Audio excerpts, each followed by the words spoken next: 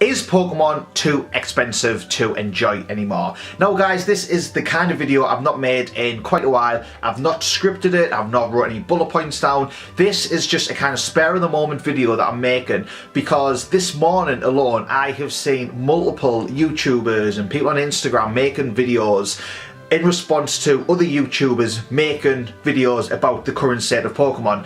And now I guess I'm adding to that cycle because I am making a video talking about the topic of everybody else talking about other YouTubers talking about the state of Pokemon. Very confusing. But what I want to talk about is Pokemon too expensive to enjoy anymore? In all honesty, I think that Pokemon and Pokemon card collecting or any aspect of Pokemon as a hobby is what you make of it. If you want to enjoy it, you'll find a way to enjoy it, whether that's playing the card game, collecting the cards, playing the games, collecting plushies, it doesn't really matter.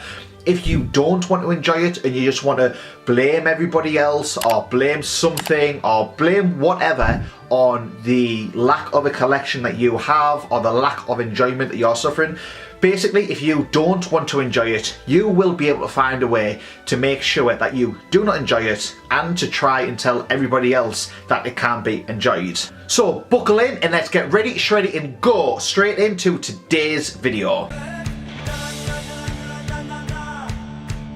Are you ready for shredding?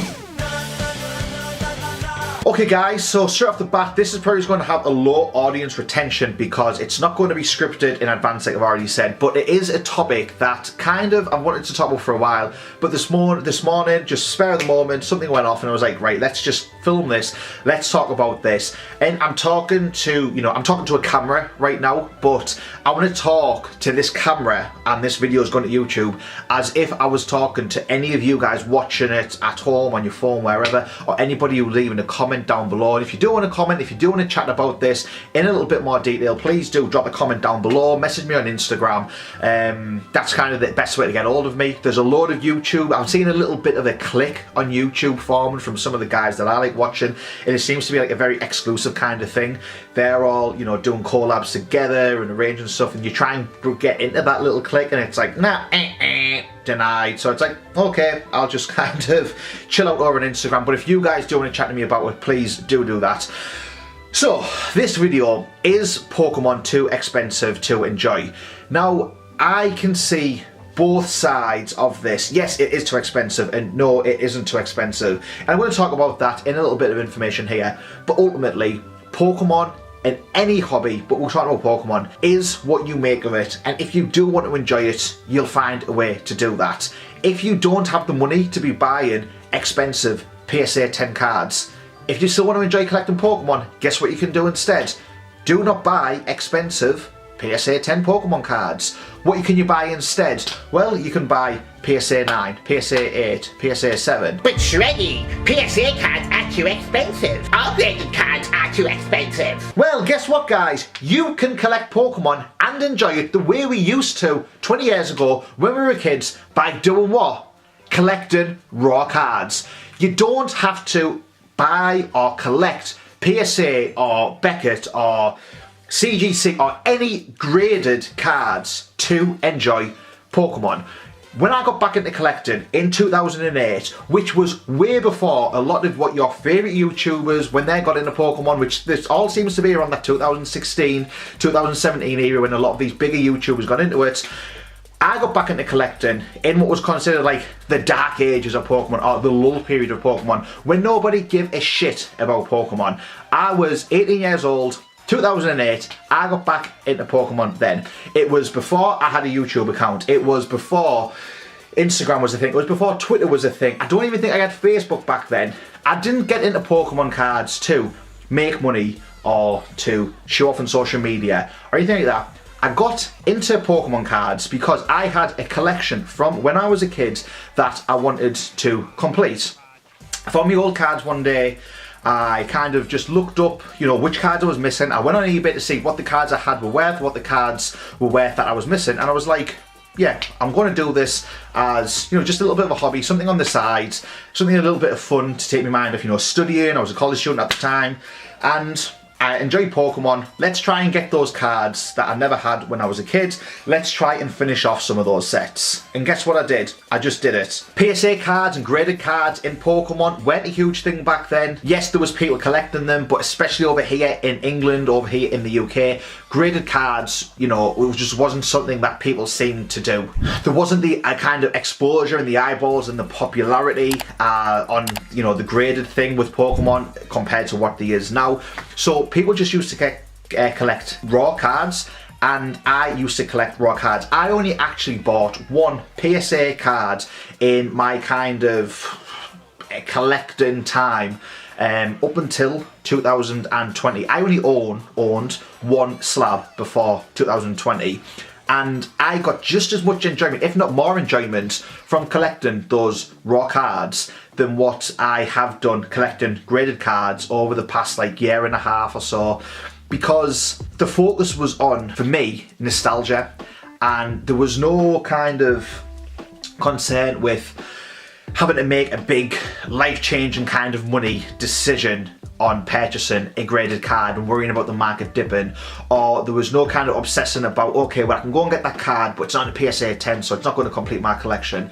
I was just able to enjoy Pokemon cards for what they were, shiny cardboard, pretty art looking cardboard, and just be able to collect them, put them in my binder or in my top loaders, and just kind of build out and collect the cards that I wanted and collect the cards that I enjoyed. Now, I'm not saying at all that you can't enjoy Pokemon by collecting graded cards. I enjoy Pokemon now just as much as I did back then, even though it's a lot more expensive, and even though graded cards are a lot more expensive than raw cards, you can still enjoy it if you have the budget to do it. Even collecting raw cards, you might still be, you know, finding that some of these cards are just too expensive for you.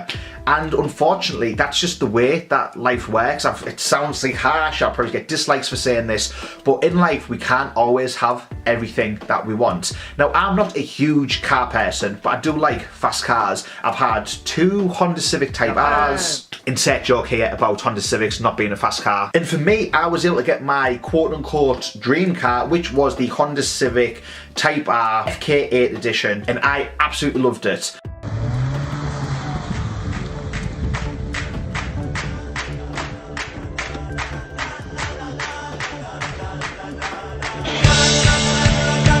Now, I only was able to get that car because I worked pretty damn hard to save up and be able to afford that car, but it was because it was within my budget. Now, would I like to drive a Lamborghini? Yeah, I'd absolutely love to drive a Lamborghini. I'd love to own a Lamborghini, but a Lamborghini costs brand new £350,000 plus pounds, even more in dollars. So guess what?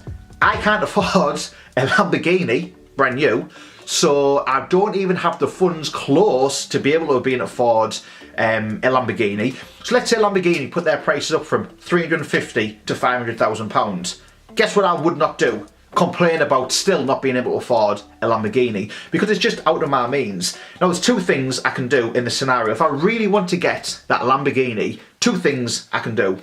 1, I can actually go out there and either learn a new skill to start, you know, a side hustle and get more money coming in.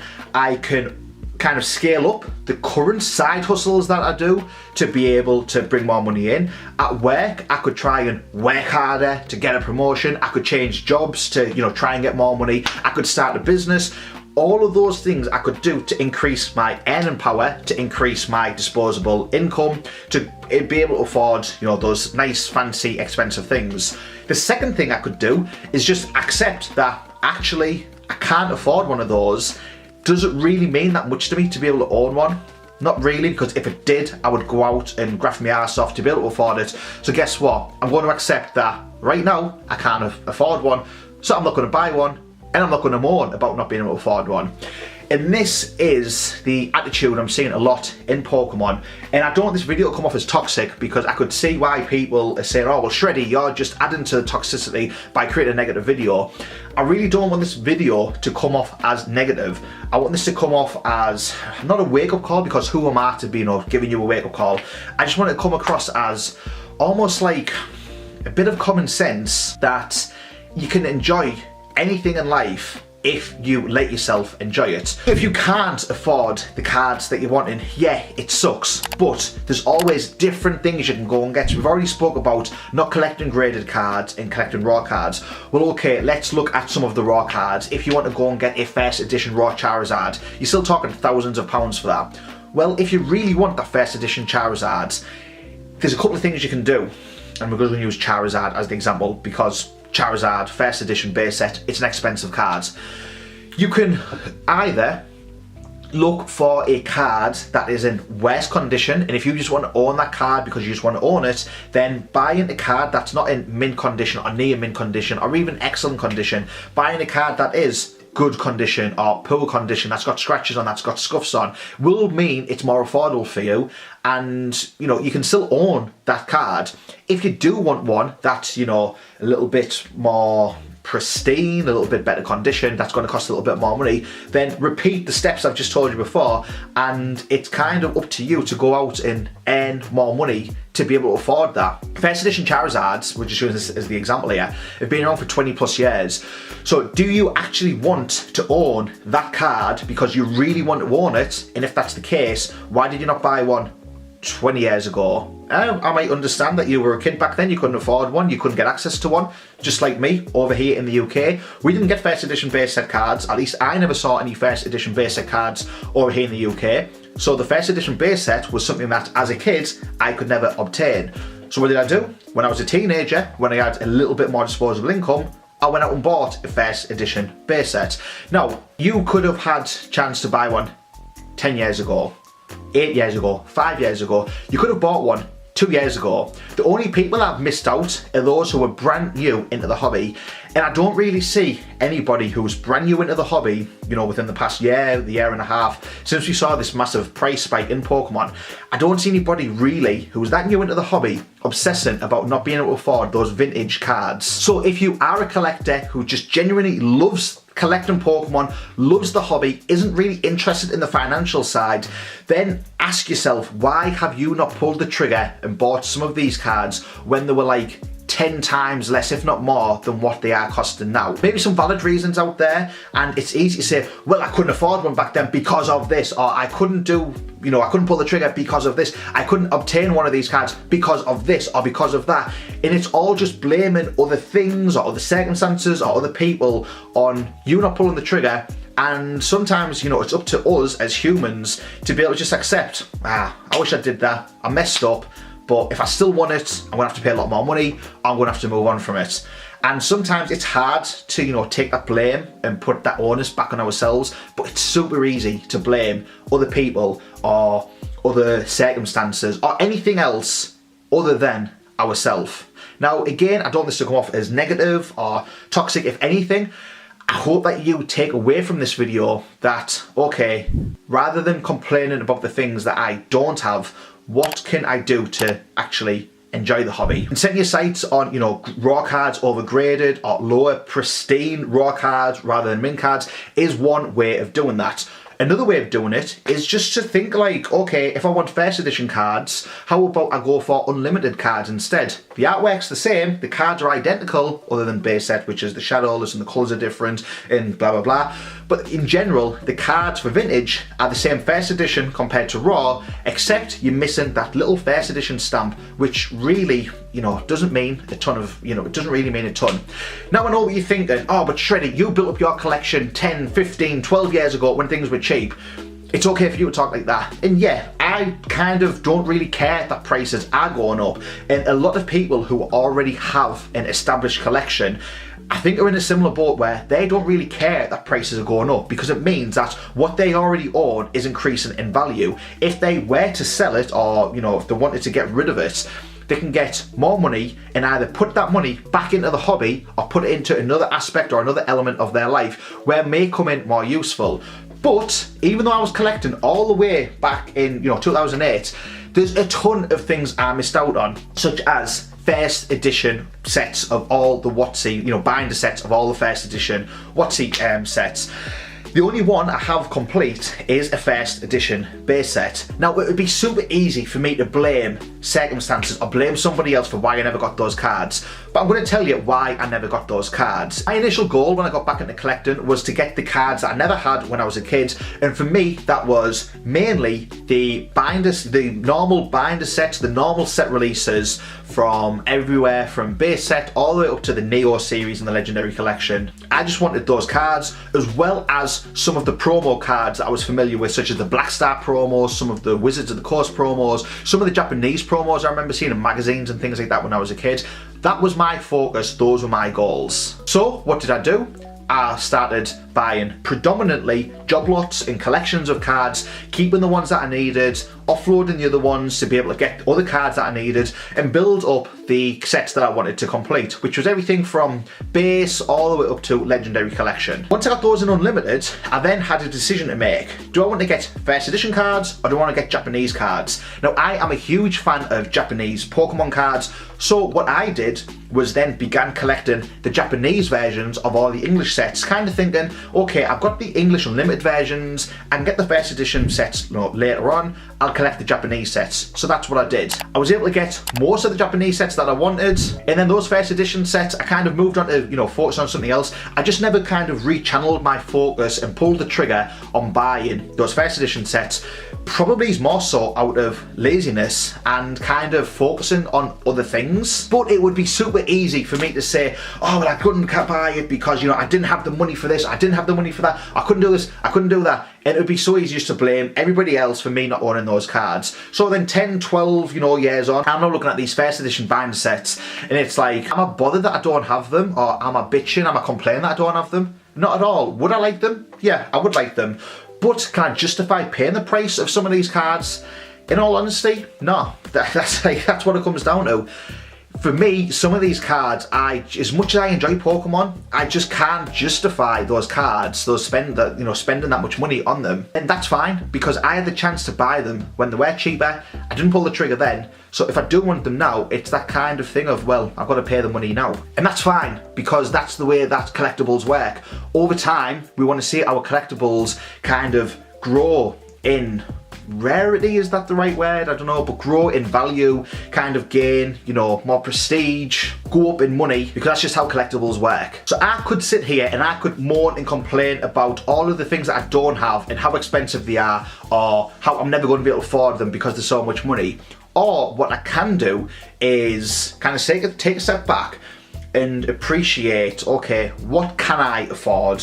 What are some realistic goals? What would I get? What would bring me enjoyment within the hobby? Rather than focus on the negative stuff, and believe me, if you do not want to enjoy Pokemon, you can just focus on that all day long. And it kind of makes me wonder, if you really hate it that much and you're really moaning about it that much, why are you even, putting yourself through that pain, that bother, that misery?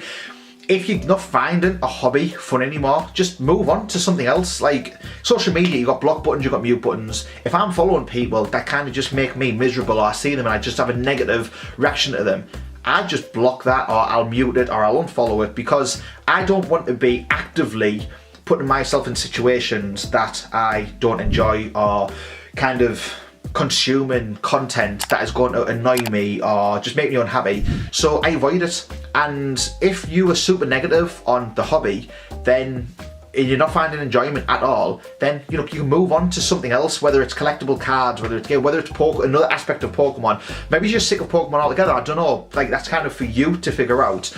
But you don't need to stay in a hobby that you're not enjoying anymore. Just like if you were working in a job that you don't enjoy, my advice would be to find something else and move on. If you were, if you don't enjoy things in life, there's always alternatives, or there's always things you can do to improve your situation, improve your happiness. And that's what you can do in Pokemon. I mean, look, it's Pokemon card. It's a thing that we grew up with when we were kids. It's cardboard, printed cardboard, shiny cardboard. It's not worth kind of getting so stressed over about. But if you do not want to enjoy Pokemon, if you do want to complain about the hobby, you'll find things that you can complain about. Just like this video is complaining about the people who are complaining about the hobby. But I am going to be real about this, guys. There is some aspects of the hobby that do suck, and money does come into it, and it does suck. And for me, those things are let's say you're buying modern Pokemon, because Pokemon cards are so hard to get hold of at the minute, and this seems to be what everybody's talking about online now, about, you know, how YouTubers are ruining the community or influencers are ruining. We're in a pandemic right now. Pokemon announced that, or Pokemon retailers and distributors announced that for Shining Fate we were only getting 5% of allocation. So it's super hard to find product at the minute, and yes, scalpers buying the product to sell on the secondary market at inflated prices does suck and it doesn't help, but things will get better, and it's, you know, it's hard waiting, it sucks to wait, but if you are patient enough, if you're kind of savvy enough to get your pre-orders in and, you know, check the stores regularly, just like I've told you guys before, I opened a Hidden Fates box on the channel a couple of days ago.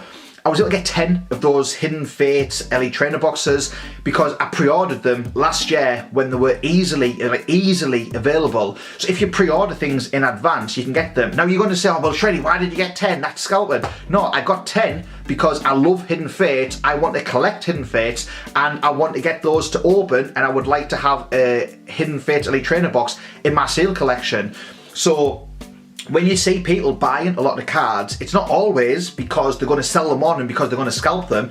It's because if you want to open product to complete a set, sometimes opening 4 packs out of 1 tin isn't enough to complete the entire set, so you need to buy more. And I was able to get, you know, 10 boxes because that's what they were allowing me to order, and I ordered them. I could have created an alternate account and got 2, 3, 4, you know, just create different email addresses and create different accounts and bought more up, but no, they were allowing me to buy 10 boxes, so I bought 10 boxes for my own collection. But when people are buying it to just instantly sell it back on above retail value, yeah, that does suck, but it's just a case of waiting it out, being savvy, be able to get hold of it. But at the minute, there is some bad things in the hobby. And one of those key things for modern Pokemon is just the stock shortage. And is it Pokemon Company's fault? Maybe to an extent. But guys, we're in the middle of a worldwide pandemic. Things are not, you know, normal. It's still going to be a while for things to catch up. There's been unprecedented demand in Pokemon on top of this pandemic. It's just hard for, you know, them to be printing and to be, you know, getting the product overseas in 2 different areas as quick as what it needs to be. And it's just one of those things that, yes, I am blaming them, which kind of goes against everything I've been saying about it's easy to blame somebody else. But sometimes you've got to be realistic about, you know, the situation that we're in. And I'm kind of not really blaming. You could blame Pokemon for saying, oh, they're not printing enough. But guys, let's be realistic here. Like, we are in the middle of a pandemic, and sometimes you've got to be patient, and that's just the way. Sometimes life sucks and then you die. If anybody gets that reference, let me know down in the comments below. Hint, it's to do with wrestling. So guys, this rant has gone on a little bit longer than what I expected it to. But to wrap up, is Pokemon too expensive to enjoy?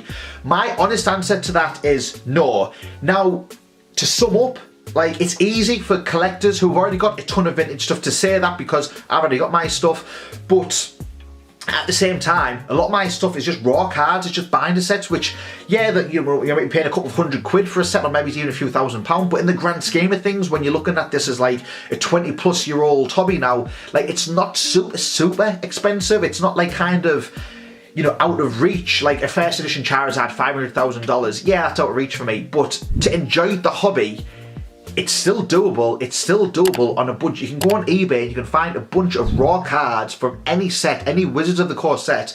You can find a bunch of holo cards individually or as job lots and things like that. You can still find those pretty regularly. So Pokemon, it's too expensive if you don't have the earning power or the willpower to budget or whatever, you know, however you want to phrase that. It's only too expensive if you are looking to collect beyond your means or live beyond your means, if you like. But guys, don't get hung up in that, because trust me, there's a ton of ways you can enjoy the hobby without having to spend a fortune. One of those ways is just to stop opening booster packs and buying the cards that you actually like. Booster pack openings and opening product is low-key gambling. How often do you actually get the card that you want to pull? But that's a different video for, you know, a different day. To summarise, do I think Pokemon is too expensive? Overall, no. Do I think that being able to get hold of modern product at retail is hard at the moment. Yes, it is. Do I think that it sucks that, you know, scalpers are overtaking the market and the secondary market is so expensive for products that should readily be available in stores? Yeah, that does suck. It's something that we kind of just have to put up with for the time being. It won't last forever, guys. And if you truly do want to enjoy Pokemon, there is ways to do it without having to, you know, invest loads of money in it or spend an absolute fortune in the hobby. I hope this rant has helped in some ways, whether it's been a wake-up call, whether it's just been, you know, confirming some thoughts you've had. Whatever it is, I genuinely hope this has helped.